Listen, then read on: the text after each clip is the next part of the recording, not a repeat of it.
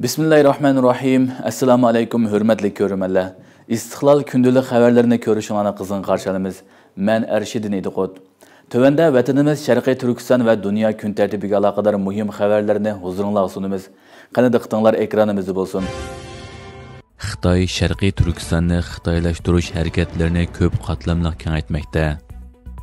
Xitoy Sharqiy Turkistonni butunlay xitoylashtirishdan iborat razil plani bo'yicha atalmış madaniyat boylig'ini asosiy qatlamga bevosita yetkazish nomida assimilyatsiya ming yuyish harakatlarini har qaysi qatlamlarga kengaytmoqda. Tangritog' to'rining 26 mart xabar qilishicha, Xitoy Kompartiyasi 20 navbatlik Markaziy komiteti 3-umumiy yig'inning qarorida atalmış a'lo sifatlik madaniyat boylig'ini asosiy qatlamga bevosita yetkazish mexanizmi o'rnatish alohida ta'kidlangan.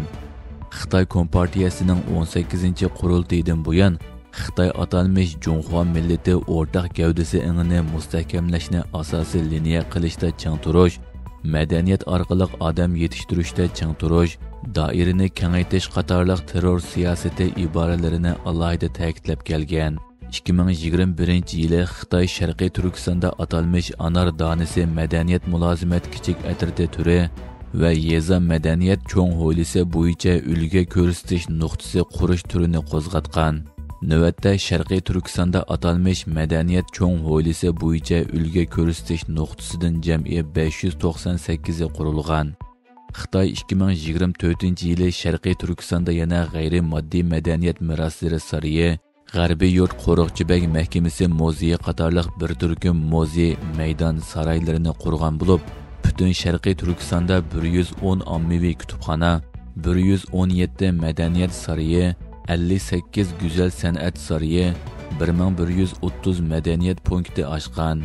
46200 maydon qitimdan ortiq ommaviy madaniyat faoliyati o'tkazilgan. Halbuki Xitoyning Sharqiy Turkistondagi irqiy qirg'inchilik jinoyatiga mos qadamda g'oyat zo'r xarajat va inchika planlar bilan qurib chiqilgan mazkur o'rinlar va tashkillangan faoliyatlarning hammasi Xitoy madaniyatini zo'rlab tingish, Uyg'urlarning Sharqiy Turkistonning tarixini va madaniyatini burmalash, Xitoyning to'liq ming yuyish siyosatlarini tashviq qilish uchun xizmat qildirmoqda. Xitoy ishg'oliyat tarixidan boshlab Sharqiy Turkiston xalqini har xil bahonalar bilan bostirib kelgan bo'lib, yaqinqi yillarda ochiq oshkora irqiy qirg'inchilik yurgizish jarayonida atalmış millatning orlishishi, yo'g'rilishi, Junxo millati o'rtaq gavdasi ingini mustahkamlash nomlari ostida xitoylashtirish siyosati ijro qilmoqda. Kuzatuvchilar Xitoyning Sharqiy Turkistonda ijro qilayotgan irqiy qirg'inchilik jinoyati sababli xalqaro jamiyatning ayblashi va bir qism jazolarga uchirgan bo'lsa-mu, biroq jinoyatlarini izchil davomlashtirib kelayotganligini, o'z jinoyatlarini inkor qilish bilan birga har xil razil vositalar, bahonalar orqali buni yo'lliq ko'rsatishga, xalqaro jamiyatni aldashga urinayotganligini bildirishmoqda. Xi Jinping savdo jiddiychiligi sababli xalqaro shirkatlarning direktorlarini chaqirdi. Xi Jinping xalqaro savdo jiddiychiligi kuchayotgan bir paytda dunyoga dangliq chet el shirkatlarning bosh direktorlarini yig'ib yig'in ochgan. Nikkei Osiyo to'rining 28 mart xabar qilishicha, Xitoy raisi Xi Jinping dunyoga dangliq chet el korxonalarining bosh direktorlari va vakillari bilan ko'rishib, bargan seri kuchayotgan Xitoy-Amerika savdo to'qinishi orasida jon talashayotgan iqtisodni rivojlantirish masalasida shaxsiy shirkatlarning qo'llashini talab qilgan. Bu yig'in Xi Jinpingning Xitoydagi cho'ng savdogarlari bilan ko'rishgandan keyin ishga oshgan bo'lib, yig'inda Mercedes-Benz, Toyota, Samsung qatorliq 40 dan ortiq xalqaro shirkatlarning bosh direktorlari, bosh ijroiya amaldorlari yoki vakillari qatnashgan. Bu Xitoy rejimining shaxsiy korxonalarni alohida qo'llashga majbur bo'layotganligini ko'rsatib bergan. Xi Jinping yig'inda Amerika va Yevropa bozorlarining Xitoyga nisbatan muhimligini ta'kidlagan. Undan boshqa olma shirkatining bosh ijroiya amaldori Tim Cookning bu hafta Xitoyni ziyorat qilishi diqqat qo'zg'agan bo'lib, uni Xitoy savdo ministri kutib olgan. Garchi tashqi bisim kuchaygan va chet el mablag'i ro'shan tuvalligan bo'lsa-mu, Xitoy yanada ichki bozori orqali chet el shirkatlarini jalb qilishga urinmoqda. Amerika bilan Filippinning Xitoyga qarshi hamkorlashishi kerakligi ta'kidlandi.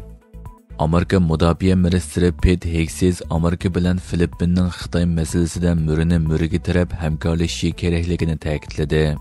Al Jazeera to'rining xabar qilishicha, Amerika Mudofaa ministri Pete Hegseth 28 mart Filippin prezidenti Ferdinand Marcos bilan ko'rishgan bo'lib, Amerika bilan Filippinning Xitoyga qarshi turishda birliksab hosil qilishining zarurligini ta'kidlagan.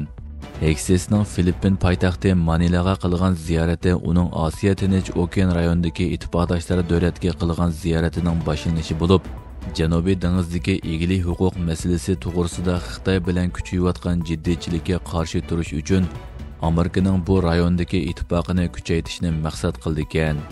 Filippin prezidenti Marcos Amerika mudofaa ministrining ziyoratini qarshi olgan bo'lib, uni ikki davlat ittifoqi haqidagi kuchli signal deb ta'kidlagan. Bu ziyorat Filippin bilan Xitoy paraxodlari orasida yaqinda yuz bergan qarshilashishdan keyin bo'lgan. Filippin mudofaa ministri Gilberto Teodoro Xitoyning bu rayondagi egilik huquq da'vosini tanqidlagan.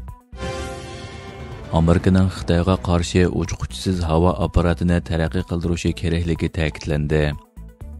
Amerika havo armiya ministri nomzodi Xitoyga qarshi uchquchsiz havo apparatini tezlikda taraqqiy qildirish kerakligini bildirdi.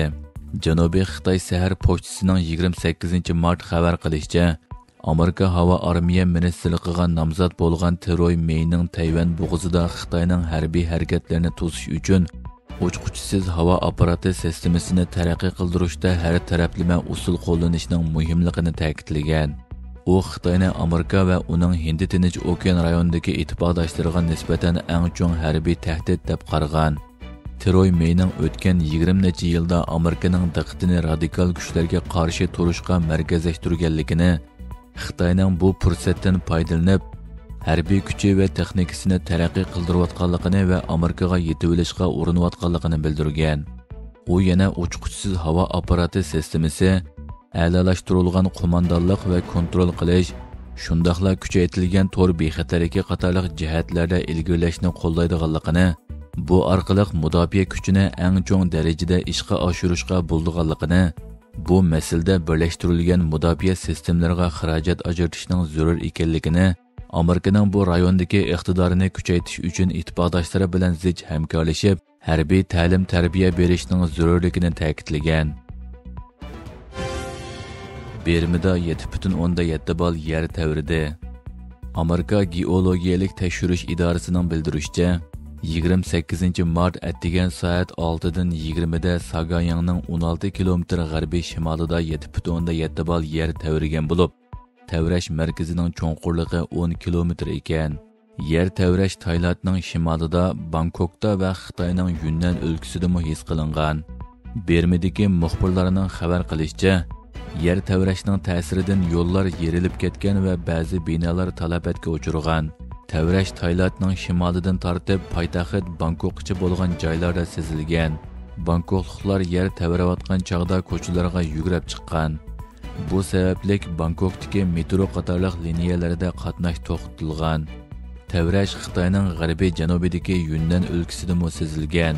Xitoy yer tavrash idorasi Taylanddagi yer tavrashni 7.9 ball deb e'lon qilgan. Hurmatli ko'ruvchilar, bugungi xabarimiz mushu yerda oyoqlashdi. Ko'rganingizlarga rahmat. Ertadagi programmada ko'rishguncha omon bo'lgaysizlar. Allohga omonat.